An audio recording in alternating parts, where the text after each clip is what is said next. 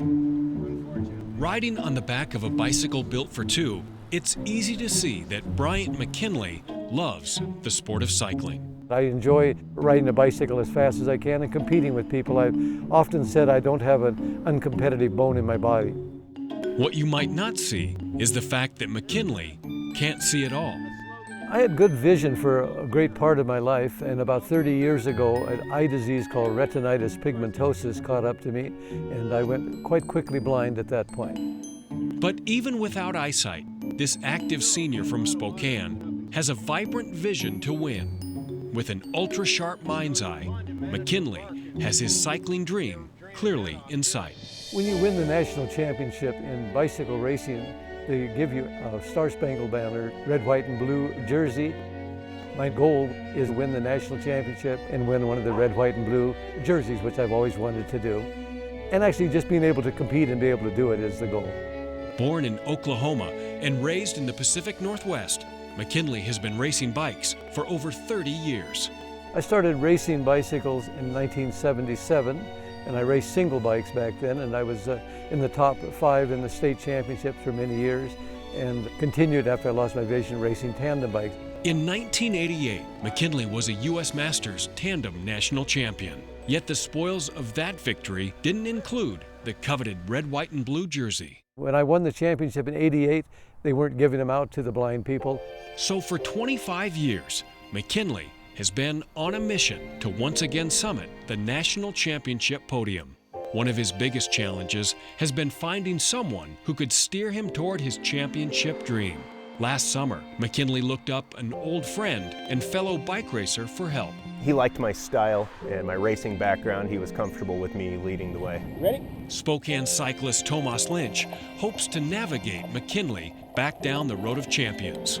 He shares McKinley's passion for cycling. I started riding a bicycle when I was 4 years old. I found that it was freedom. It's an activity that speaks to me. It's something I've done most of my life, and I just enjoy it. There's nothing better than riding my bike. I met Bryant 25 years ago. I volunteered for the Spokane Parks and Rec Department, where we took physically and visually challenged on tandem bike rides. And he was one of the participants in the program, and we got along well, and we rode well together.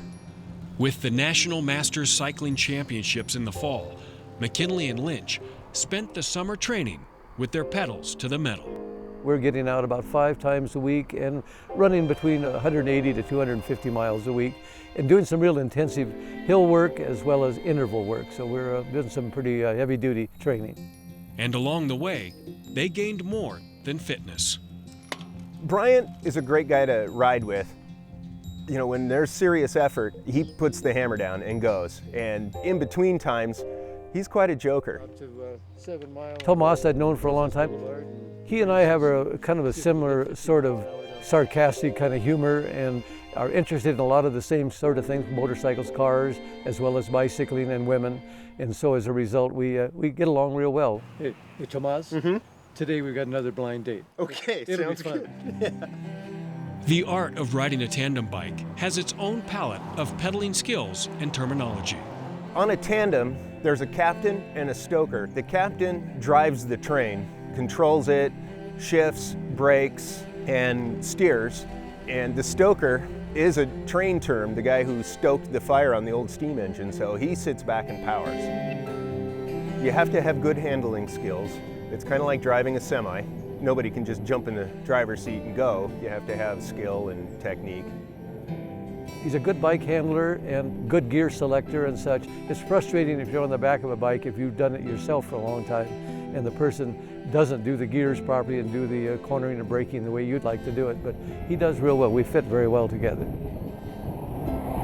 When you're riding on the back of a tandem bicycle and you're blind, I'm used to not being able to see anyway, so most of the time I kind of ride along with my head down and my eyes closed, and I just kind of feel the motions of the bike and experience the sounds and the feel of it. McKinley's showdown with the Stars and Stripes jersey came last September at the 2012 USA Cycling Masters National Championships in Bend, Oregon. The 50-mile road race didn't roll his way. Even so, he still found joy in the journey and won a victory by being there. Bryant is an inspiration to me. I don't want to say for his age, he's a strong rider. He is a strong rider, and I am surprised every time we ride at how much he can dig deep into a suitcase of courage and pull out more strength. He never ceases to amaze me. Bryant McKinley. Getting to know Tomas and he and I going to where we fit together well and work well as a team, I think will be the best memories of the thing. The fact that we were able to be there and gave it a go is a wonderful thing in itself. In the words of author and educator Helen Keller, the only thing worse than being blind is having sight but no vision. The vision of Bryant McKinley gives him the look of a winner, on and off the bike. And through his keen mind's eye, he'll keep a sharp focus on making his star-spangled dream a reality. It'll be the icing on the top of that cake. You ready, Bryant? Aye, aye, Captain. And that's easy for anyone to see.